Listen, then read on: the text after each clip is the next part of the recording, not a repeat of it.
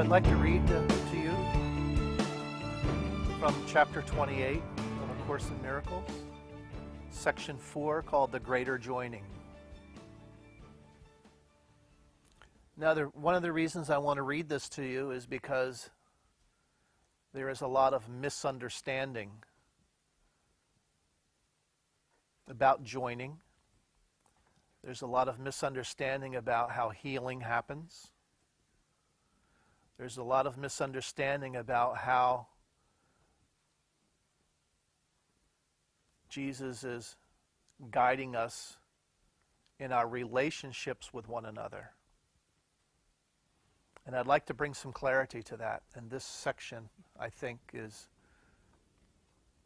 quite excellent in helping anybody understand the true teachings of Jesus.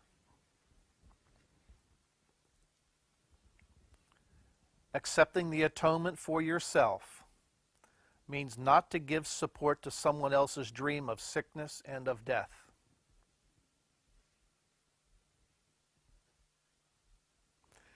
He's already telling you, he's advising you, if you want to know oneness, which is not an option, you must not give reality to anyone's dream of sickness and death.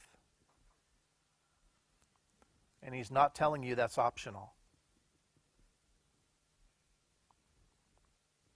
It means that you share not his wish to separate and let him turn illusions on himself. Don't let your brother turn his illusions on himself. And you would do that by remembering who he is. Nor do you wish that they be turned instead on you. Don't believe your brother's illusions about you. Stay with the truth of who you are as the Son of God. Thus have they no effects. If you don't accept your brother's dreams about you, they will have no effect upon you. This is like Jesus saying, you did not give me life, so you cannot take it away from me. Even though they would say, oh yes, watch, we'll kill you. So what did he do after they attempted to kill him? He resurrected to show them that they are not in control of his life. They did not give him life, and they could not take it away from him. Resurrection proved that. He overcame their idea and his idea of death, so that death no longer had any value to him. Having no value, he demonstrated he could not die. Yes? Okay. You are free of dreams of pain because you let him be. Unless you help him, you will suffer pain with him because that is your wish. If you join him in his dream, your wish would be to suffer pain with him. They're sick, and you believe it, and you join them in that sickness, and then you suffer pain. And you become a figure in his dream of pain, and him in yours. So now you've agreed to die together. And I just got done reading to you in the last section that I read that you make a bargain that you cannot keep. So do you and your brother both become illusions and without identity, because your identity is established by your Creator. You could be anyone or anything depending on whose evil dream you share. You can be sure of just one thing, that you are evil, for you share in dreams of fear. For only in a dream of fear could you experience pain and suffering and die. There is a way of finding certainty right here and now. wherever you are, right now, you can find certainty. Refuse to be a part of fearful dreams, whatever form they take, for you will lose identity in them.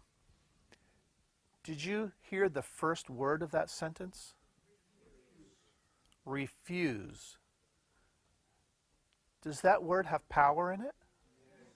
Does it have option in it?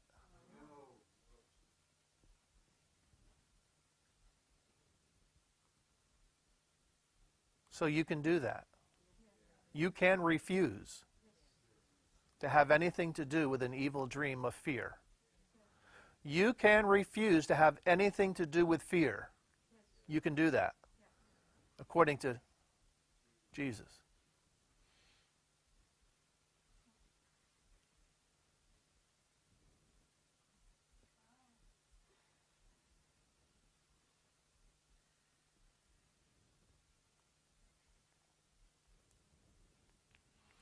You find yourself, by not accepting them as causing you and giving you effects, you find yourself by not allowing your brother's dream to give you identity or being a cause of you. You stand apart from them, but not apart from him who dreams them. Stand apart from your brother's illusion, but not from him, or you won't know yourself, because you will be separate. And there's no love in separating.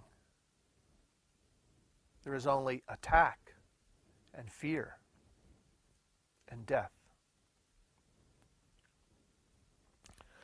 Thus you separate the dreamer from the dream and join in one, but let the other go. So your brother's dreaming, and he's telling you what part you're supposed to play in his dream. And if you do that, you let him define you. You miss him, and you enter into a dream.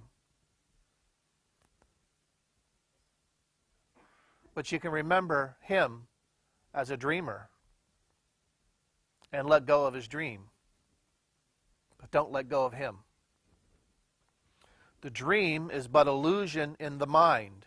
The mind. The mind. Because there's only one. The dream is but illusion in the mind. It's a dream of separate dreams, separate people. But the illusion is in the mind. And with the mind you would unite, but never with the dream. And this is what you've been trying to do. Unite with one another in a dream, rather than in the mind where you can unite. You try to do it with bodies. You try to unite with your bodies, rather in the mind.